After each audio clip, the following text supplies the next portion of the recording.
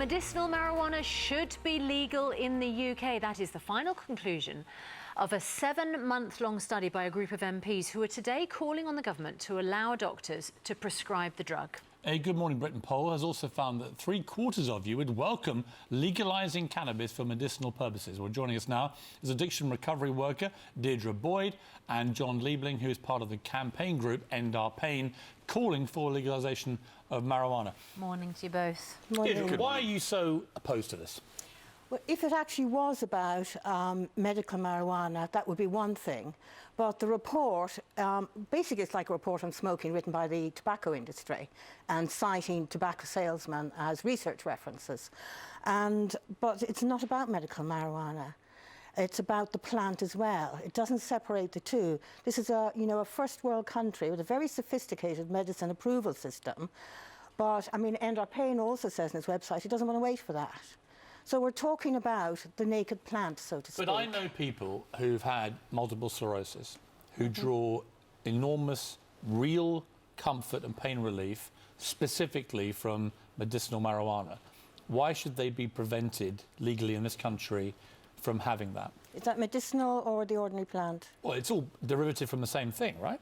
No, it's a completely different process. I mean, it's like saying, eat mouldy bread to get penicillin.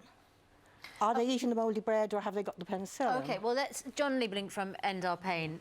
You are for this measure. This is obviously a significant report, 7 months of research by a group of MPs calling on the government now to do this.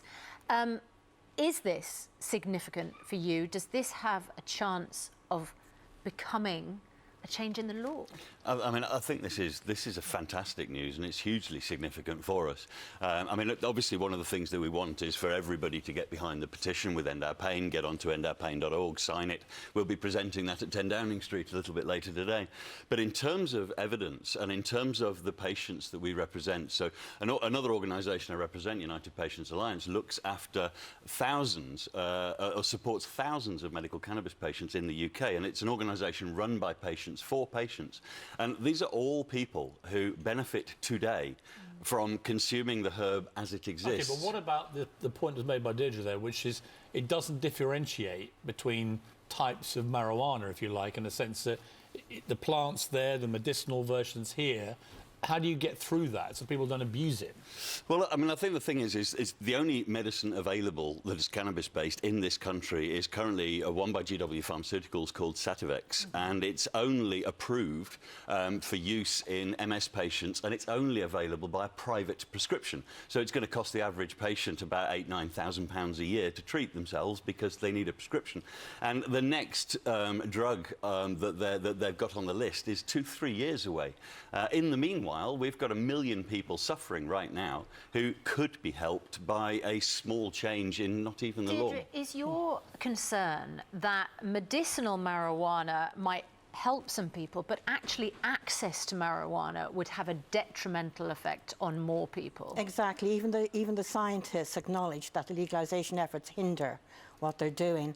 And the reality is, if we're talking about ordinary marijuana, I mean, is it at all compassionate to give someone who's ill something which is 7 times more carcinogenic than tobacco, which research has shown can cause epilepsy, asthma, cardiovascular diseases, the difference between psychosis? Smoking something with marijuana This is the whole book. The report tablet does not differentiate. And in fact, the report refers to 623 patients, but elsewhere, if you look here clearly, it says these have not been medically diagnosed. It's all self-report. Deirdre, we live in These are not patients in the report. Right, we live in a country where alcohol is legal, right, but causes far more problems by any scientific measure than cannabis.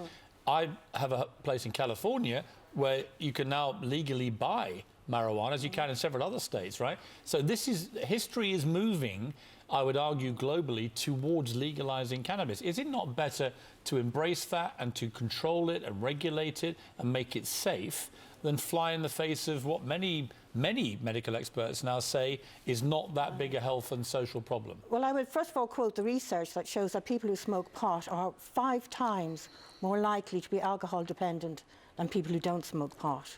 So that kind of busts the argument. The other point is tobacco is regulated, alcohol is regulated.